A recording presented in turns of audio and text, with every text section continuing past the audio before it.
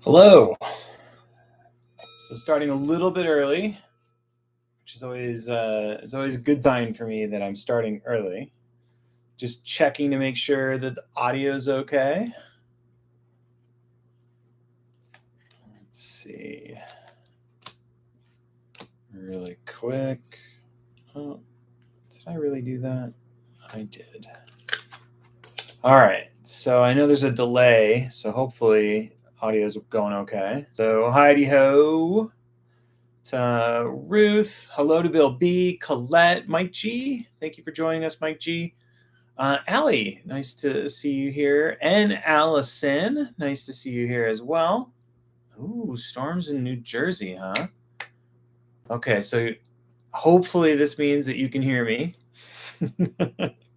If not, more technical difficulties. All right, loud and clear. Thanks, Bill B. So I realize that some of you have joined since we instituted the cards per pack or cards with each technique on it, and then I go to the techniques like all y'all know them, and like if folks have joined since we started doing that, you wouldn't know that. So I am going to talk a little bit about the deck and the techniques today. So that's one thing. Hello, Gabrielle. It's always great to see Gabrielle. Gabrielle used to join when I did this in the afternoons, way back when, like all the way back in like late 2020, early 21. Hello to Brian as well. All right. Yeah. So in the review, like there's to some degree, there's this dichotomy with reviews, right? There's sometimes review is good. You're like, oh yeah, I've forgotten that. And sometimes your brain just absolutely shuts off and you're like, I've heard this before. I refuse to listen to it again. And I sometimes fall in the like a podcast that I love will be rerun and I'll just refuse to listen to it because I've already listened to it. But every time I listen to a podcast or podcasts like that, like the rerun, I often will pick up new things or something new will pop out of the interview. But I'm so reluctant to actually listen to those things again. You'll see one of the commonalities folks will often offer, especially folks who like the Tao Te Ching or Stoicism, is this idea of really working through and reading and rereading text. Like that there are certain texts that have been around long enough. You hear these people will refer to those texts as like they have a high Lindy effect or the Lindy factor, which means that they've been around for a long time. It's a story for another time, but Nassim Nicholas Taleb talks about Lindy often, but those older texts like the Tao Te Ching would be one. Maybe the Pali Canon, I guess, for some people. That would be the early Buddhist writings. Meditations by Marcus Aurelius would be another one. People reread those, reread and reread. So we're at our time here. So if folks are joining, I see the number go up a little bit. Hello, Annalisa. Welcome to your Wednesday meditation. I'm Andrew. I'm a certified mindfulness meditation coach in the Unified Mindfulness System. I am a software engineer by trade and training, and most people will know me as the moderator and sometimes guest host of the Do Nothing Project. All right, so at some point we started, people were asking me questions. So I was guiding. Hello, Brooke. Folks will know Brooke as a sometimes guest host on Wednesdays. Thank you, Brooke. Are you back? Are you back stateside, or are you still overseas? Actually, it would be the question. Maybe you're back, but so it's been a delight to follow your travels. But yeah, Brooke is in the teacher training, the Jack Cornfield. Okay, you're back from Europe. Excellent. Well, welcome back. I forget the title of it, but it's a mindfulness teacher training, and it's led by Tara Brock and Jack Cornfield. I think it goes under at least 1 or 2 banners, but I'm not sure if calling it the Sounds True Mindfulness Meditation-Based Training is the right thing. Okay, there we go. Mindfulness Meditation MMTCP. That is a mouthful.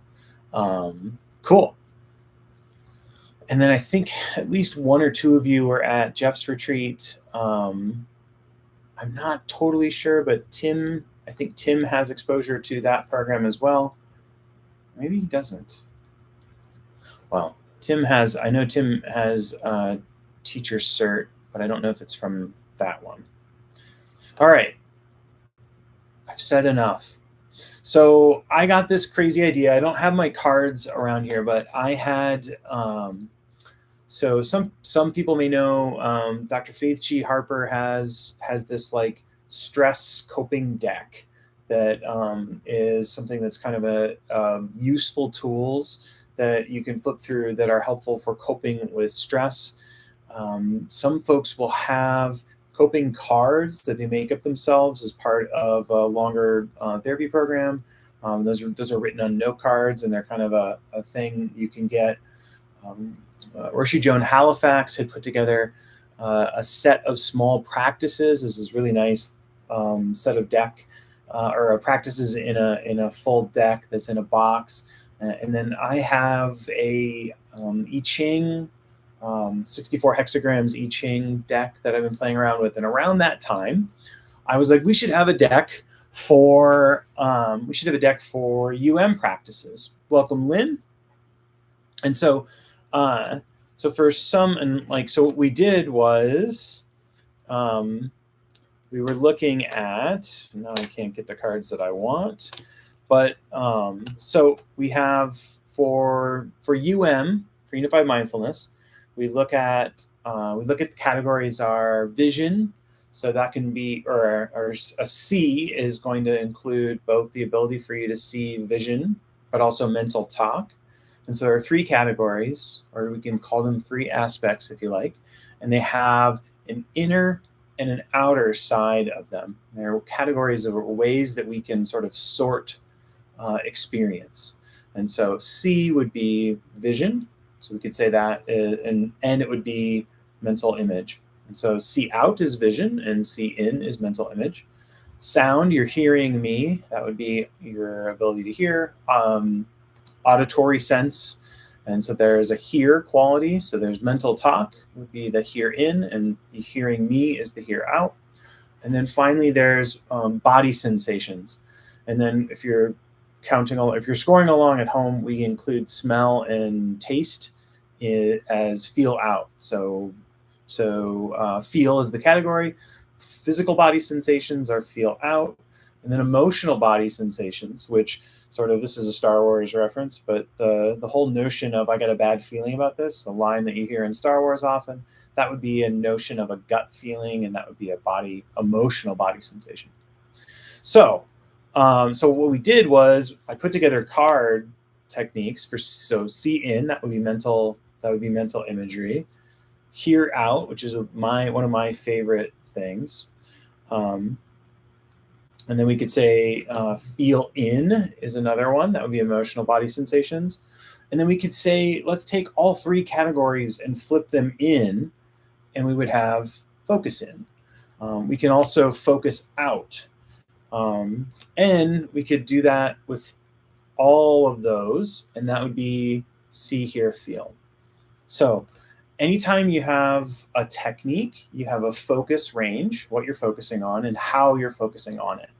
So I didn't include it in the email this week, but I should email this out. So I used to do, the audio is not super great, but I used to do these 10-minute practices when I was in training for and so they're all techniques, and they're me doing like a minute and like maybe 90-second setup, and then doing a 10-minute guidance. And so I've got a playlist of them. They're unlisted on the YouTube channel, but when folks will ask me a question about a particular technique, sometimes I'll email out one of those as my kind of default. So, okay, so that's a lot of stuff, but that's the idea for the deck was on a day when we don't have inspiration, we could pull a card, and then if Paul were here, he would joke and say it would probably be "See Good," so that's a hard one to read, but and so for a lot of folks, "See Out" is the one that they're least comfortable with, just because there's a lot of things going on often around you, and we may not be open, or we may not be used to meditating with our eyes open.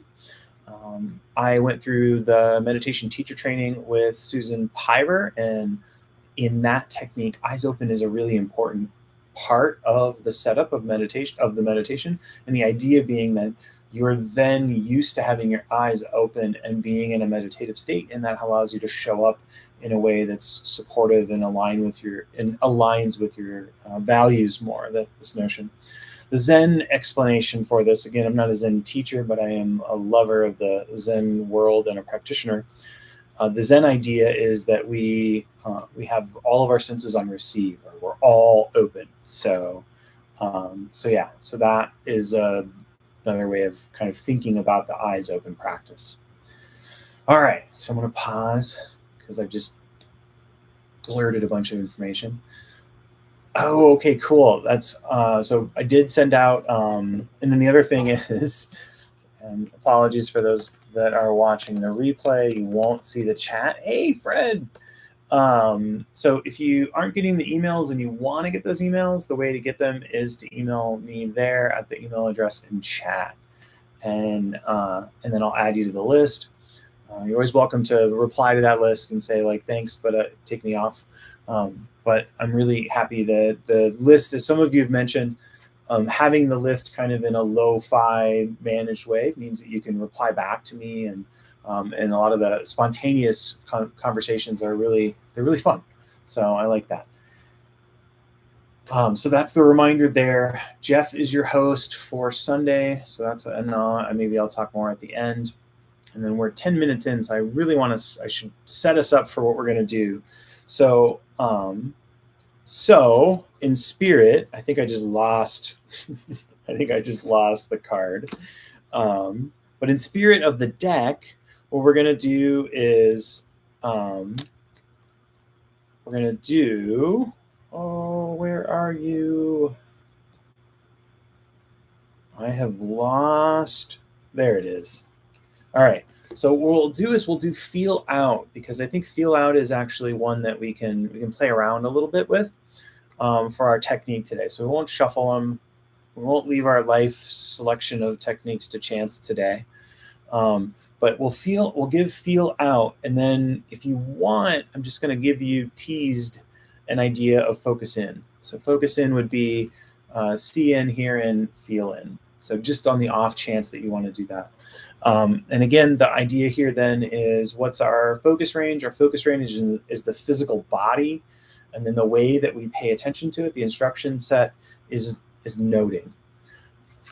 The label is optional. So if you don't like, if you note and then you put the label on and you say, so you would note it, you know where your attention is, it's inside my focus range, I'm noticing it, I'm staying with it, soaking my attention in, and then I can optionally add a label. The label is really meant to be kind of like you're spotting your attention if it were doing a bench press. So it's like you're there and you're just making sure that everything is okay with that rep, with that motion. And the label, for some people, will cause them to have mental talk when they do the label.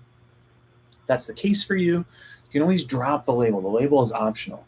There's this kind of cool thing about consciousness where it's like there's a knowing that your attention is on the thing that you're focused on. And so the label is meant to be this optional thing. It's a helpful thing. That doesn't mean that you should, like, you're cool if you drop labels altogether or anything like that. It's not like your friend who rode their bike without holding onto the handlebars. It's not that. But yeah, so embodied goodness. Good. All right, so I have a bell. We are going to gently intone our bell, and that'll set off our 25-minute sit. I've spoken enough that I realize that some of you may need to skirt off to your top of the hour commitments, and so I understand that. Let's do this. All right. And so one more time, just note or mentioning that feel out will be our technique. So really at the beginning, we're kind of setting ourselves up for this process of landing. And it's almost like if you're fond of sort of a bedtime routine, having a little bit of a routine for the starting of a sit.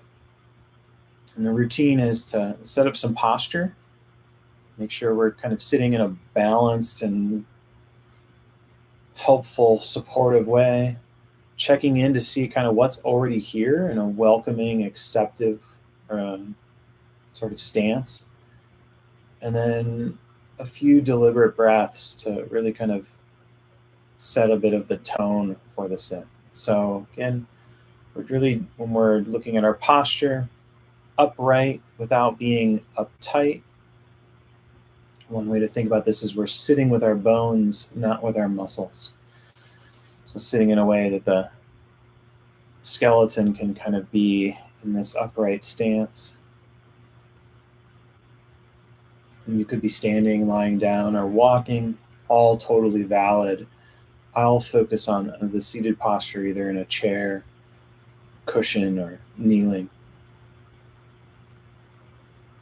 And then checking in a bit to see if you've got any tension in the body. And again, we're not shooing away or forcing an emotional state. We're just sort of saying like, hey, what's here? Who's already present? And then those deliberate breaths. Slow and low is the tempo that we're going for. Breathing in through the nose really helps us to breathe low. Breathing in through the nose slows our breath down a bit. And the last thing to note is when we extend the exhale, that's a physiological cue for the body that it's okay to shift into a rest and relaxation state.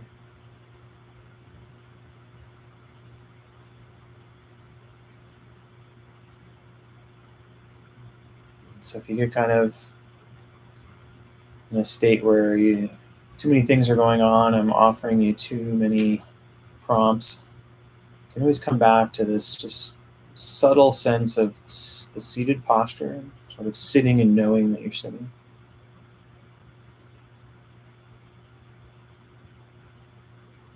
It's our sort of waypoint. So if we get lost, come back to that.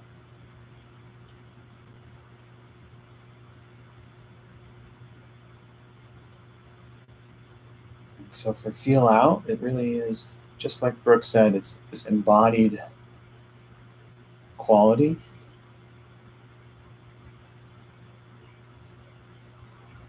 And maybe there's some goodness available in that embodied quality. Maybe there's just some bodiness. It's like a body being a body.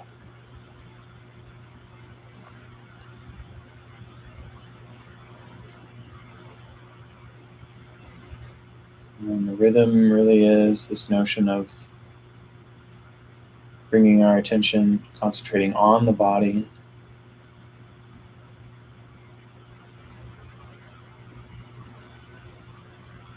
We may notice the feeling of clothes on the skin, or I have a ceiling fan over me, so I feel a little bit of the air blowing over my exposed skin.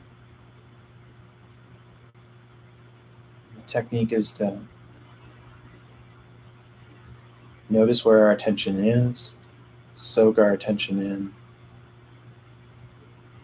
and then optionally label feel.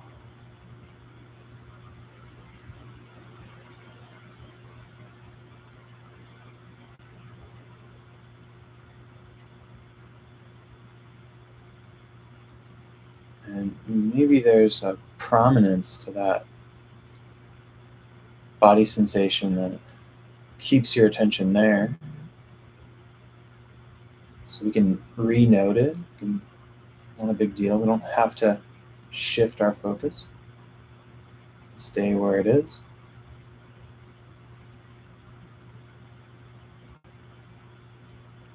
If we get a emotional body sensation, that's okay. There's nothing wrong with that.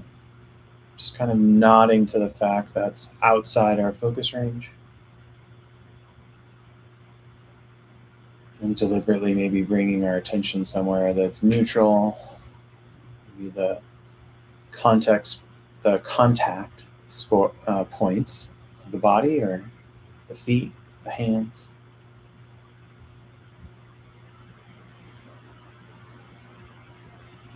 And then beginning that rhythm again. And the last thing, and I'll let you explore on your own, is just being okay with not evaluating how things are going, and allowing yourself to restart as many times as you need.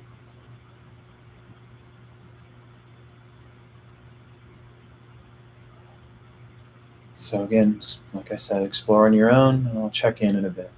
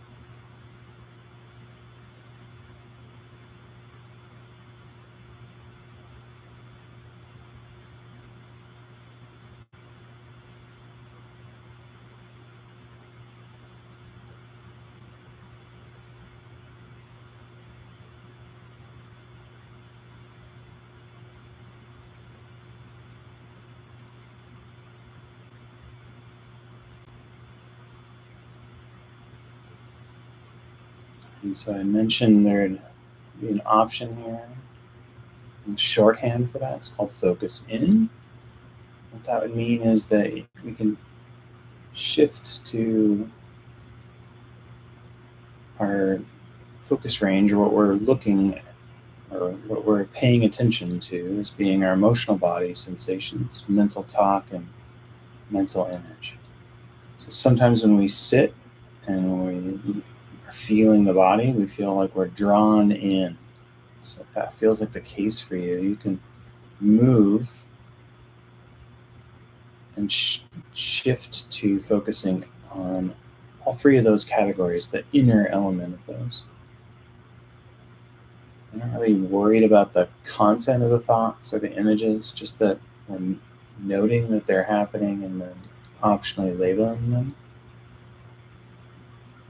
But if you're in a good spot with feel out, then go ahead and continue.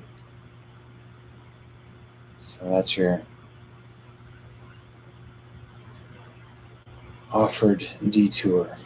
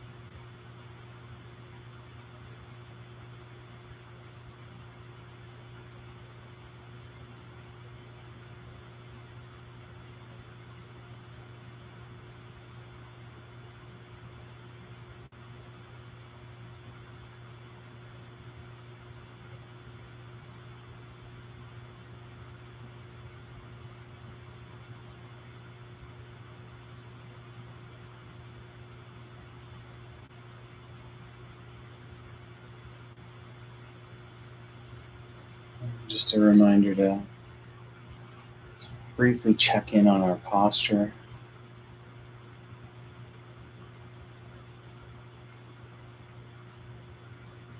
Knowing that we can always reset the posture.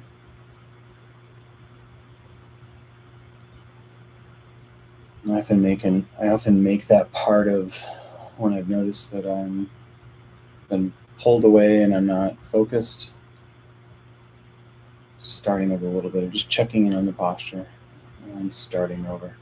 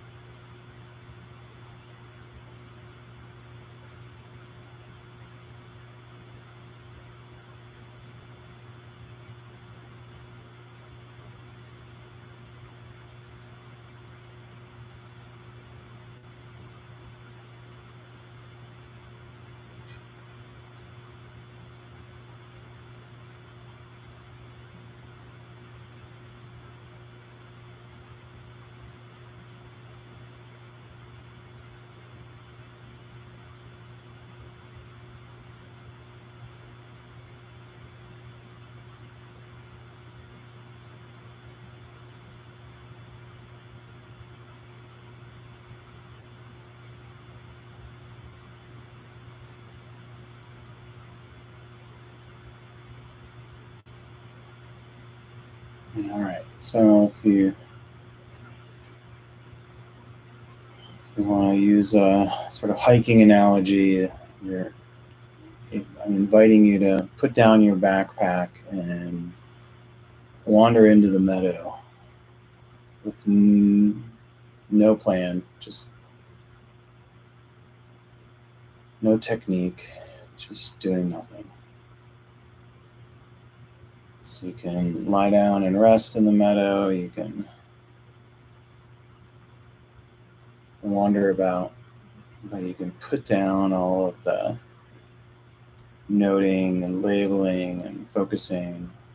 Just do nothing.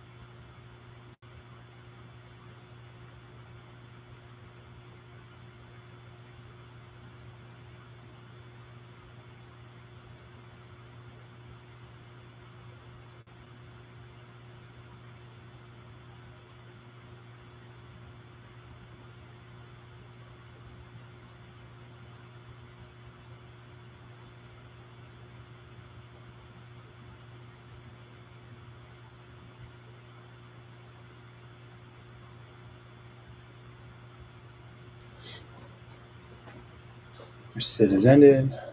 Ring the bell to signify that it's over.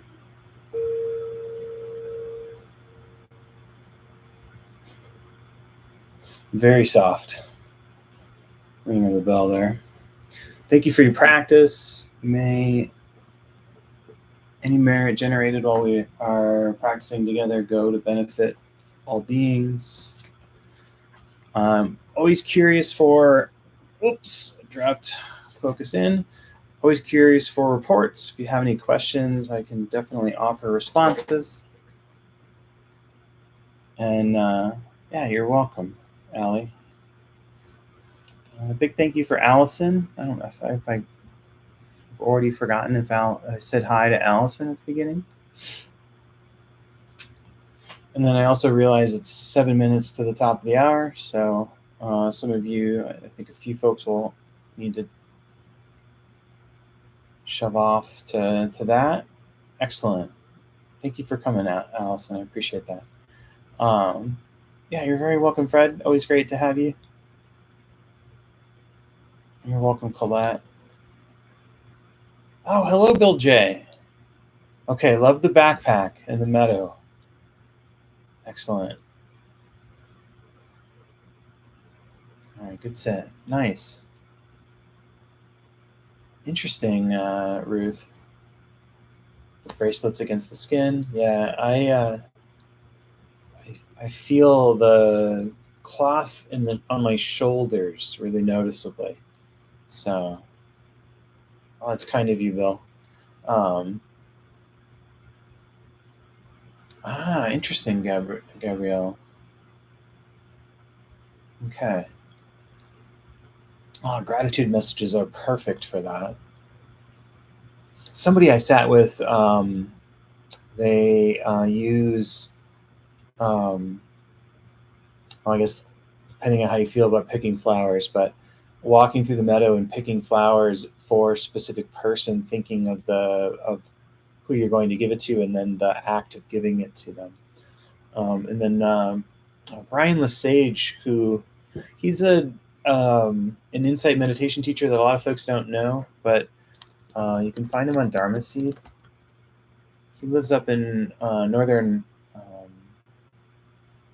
Arizona, and he likes to use flower images and combining them with gratitude, and I think he also will use a meadow occasionally. So I'm definitely